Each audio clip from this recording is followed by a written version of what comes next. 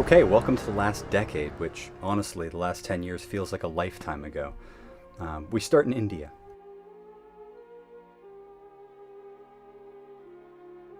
Our third Bollywood movie, again, no subtitles, but I found a copy, is Adothasu, which came out in 2011. There's a Ravana statue, which is one of my favorite statues of all the adaptations. Ravana is like the big bad guy in the Ramayana, which is like a Sanskrit Lord of the Rings, thousands of years old. He's often depicted as having 10 heads, and so knocking one off each time is perfect.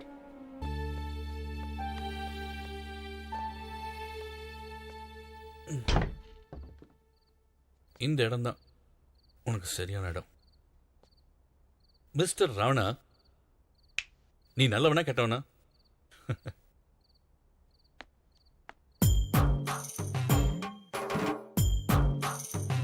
They also have some kind of scroll on the wall, obviously mirroring the poem, but of course I didn't get the context of what they were saying without the subtitles.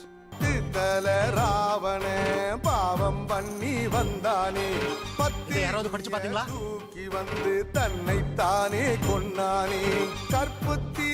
ஒளிச்சு வச்சு காட்ட அழிச்சு புட்டானே, தப்ப செஞ்சு மறைச்சு வச்சா தலையே உருளும் தன்னானே, தப்ப செஞ்சு மறைச்சு. Adothasu is cited as being an adaptation by the director Takali Srinivasan, my pronunciations will all be crap, of Christie's And Then There Were None.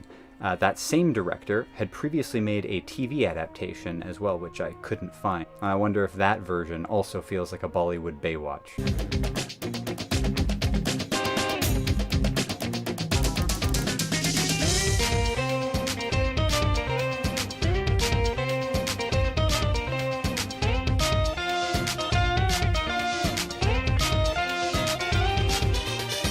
This production's okay. I mean, it's fun.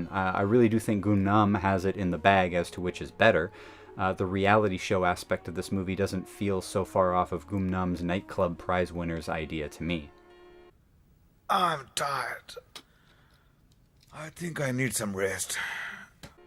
Well, you're going to have to wait on that, because even though we're going to move on to the next movie, we're really not done talking about Adothasu.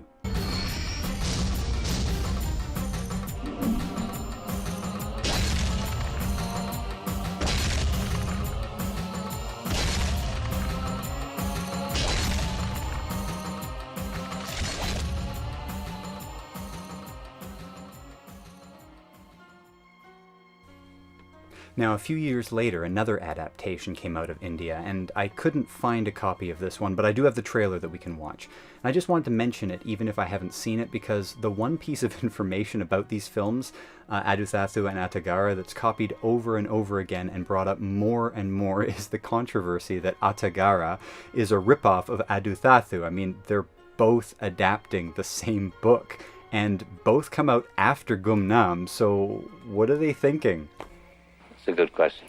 And not only that, but they both use a reality show backdrop and both use the Ravana statues, and Kanan Parameshwaran wrote the story and co-wrote the scripts of both. If that's the truth, then we're behaving like idiots. But they followed up with the director of the first film, who goes to Atagara and sees it for himself, and then he says, and I quote, "Anyone saying the movie is a remake were ignorant, and calling this movie a remake would be an absolute joke."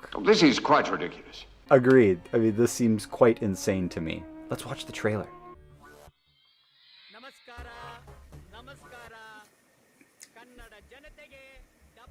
Okay, so this trailer was flagged for copyright violations, and that sucks because it's just a trailer.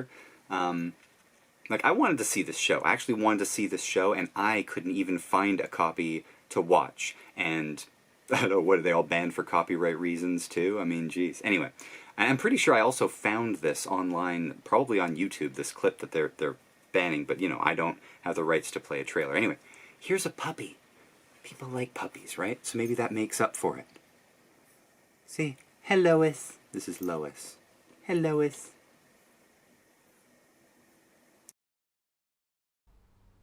Now, I might not be an expert on Bollywood films, but they seem very similar to me. Now, let's jump ahead to 2015. I think this adaptation is probably going to be the most likely seen version by the imaginary audience that I pretend that I'm talking to. In 2015, the BBC released a mini-series titled And Then There Were None.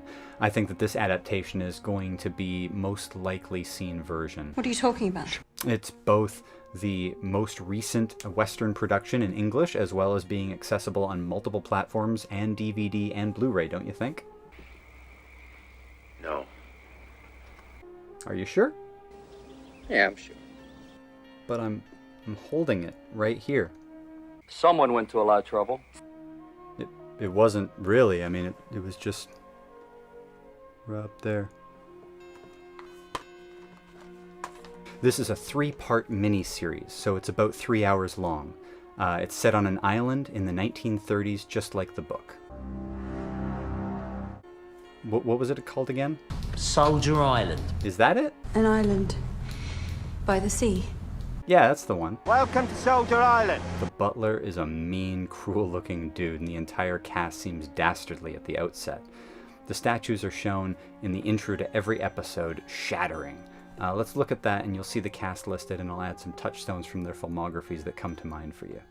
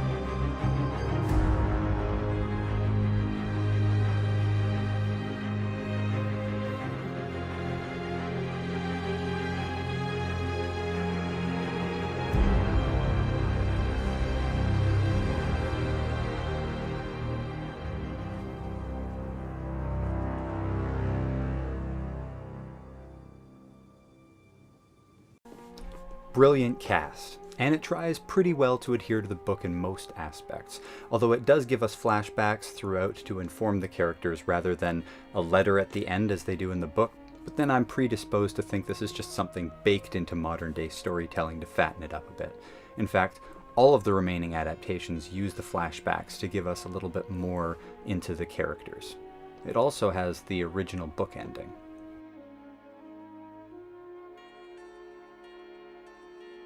In 2017, Soshite Darimo Inak... You know, it doesn't even matter. I'll just put it up on the screen. Yay! Okay, so I don't have to embarrass everybody. This Japanese TV special is a 2-parter over 3 hours. So, like, 2 movies, basically. And it starts at the end of the story, where the cops show up to the island and find 10 dead bodies, and then work backwards from there, with most of the rest of the story being told as flashback. They are on Hatai Island, which translates to Soldier Island.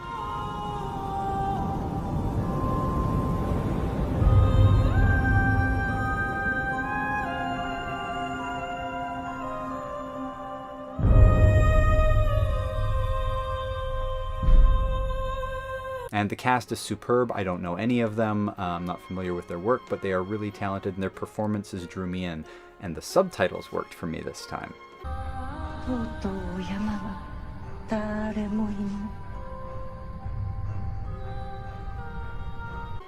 The statues are strangely displayed behind a sealed glass case, and they are indeed soldiers, claimed in the show to be worth a small fortune. 小さな兵隊さんか。よくできてる特注品かな。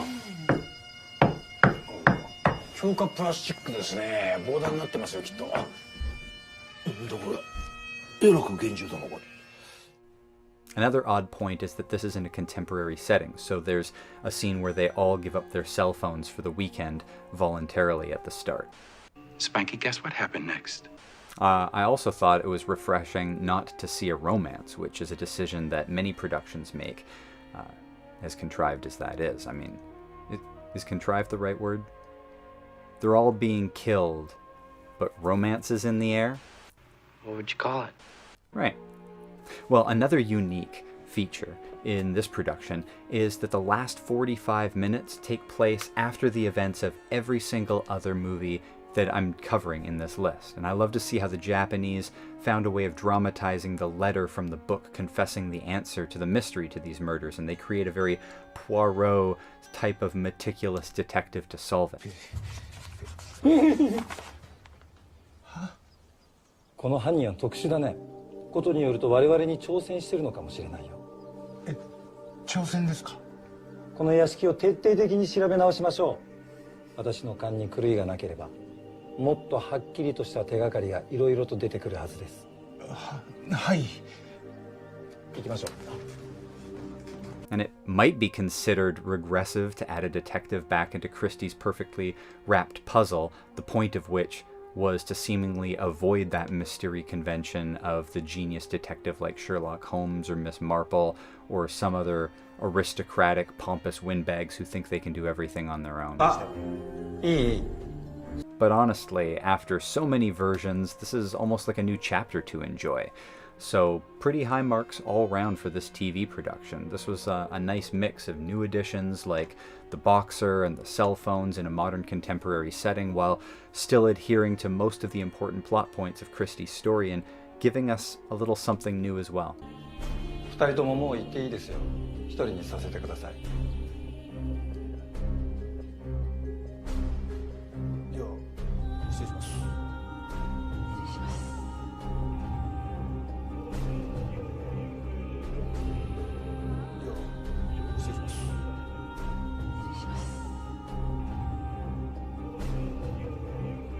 Well, I thought I was done, and that I was only going to be able to show the trailer for this new French series, They Were 10, until I got a little help from a friend who found me this link online. The only problem is there's no English subtitles, but that's not really anything new to me at this point, so I did watch it, and I hope there are subtitles forthcoming in English or physical copies offered in the future, because I really liked this from what little I was able to gather. Nearly over, Judge. He's down to his last little Indian. There are 6 episodes in total. Let me give you the opening credits, which gives you a look at the cast. Now, each episode has red rubbing out the name of the person who died in the previous episode. I'm going to play you the opening of the second episode so you can see what I'm talking about. And yes, technically, this is a spoiler, but I will put it to you like this. You won't be able to recognize a single name unless you IMDb them, and there's no way you could know what you've spoiled, right? And secondly, if you do know who they are, then chances are better than not that you're French and you had an opportunity to watch the entire series and didn't need the subtitles. So, still not spoiling anything.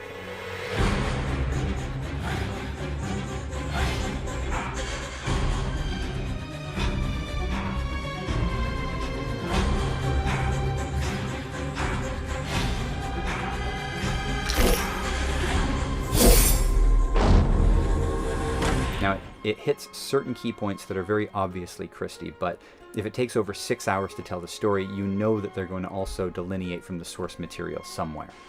Wow, imagine that. Yeah, but we're 15 adaptations in, and I'm okay with creative license being taken. For example, today you gotta have a scene where the wireless internet goes down, or how about this guy with the cornrows, your grifty spiritual guru, lifestyle motivationalist, or whatever. He is one of my favorite additions to the cast, a perfect fit while bringing an entirely new flavor. And this time, the voice on the recording is Bouche from Jedi. Bienvenue sur l'île du diable. J'espère que cet endroit vous plaît. Hey, Yoto. And we find ourselves on Devil's Island at the Hotel Green Paradise.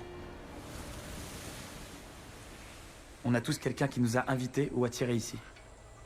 Quelqu'un qu'on connaît pas ou à peine. Et... L'entendre.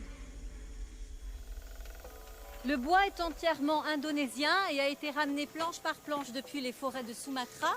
Looking like I still know what you did last summer. And maybe that's just because while I was watching this, I was also watching Harper's Island and at the same time, and that kind of reminded me of I Know What You Did Last Summer, and this is tropical, and they both feature the hooded slasher killer whose face is blacked out by shadow and everything.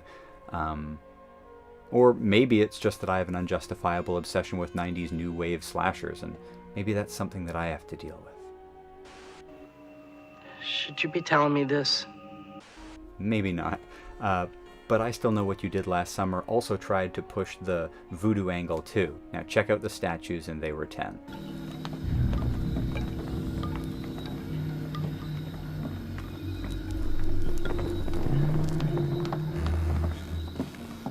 Dix comme nous. Sur des pics. Ils étaient pas là quand on est arrivé. J'en suis sûr. Really, it can't help but function a bit like Lost, that incredibly disappointing TV series. Again, the tropical island location being similar to Hawaii, and then each of the characters giving us their backstory to us and revealing themselves through these constant flashbacks.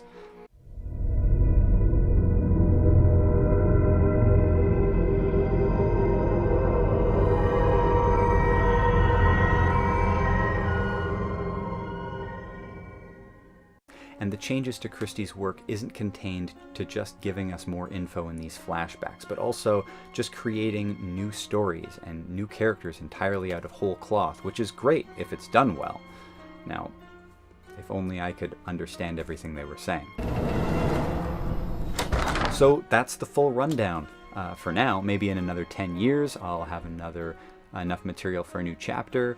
But for now, share which is your favorite down below in the comments. Tell me what piqued your interest, or if I missed any. Tell me what you want to watch next. And don't forget to subscribe if you haven't already. It's not too late. Who knows? I might still just do that.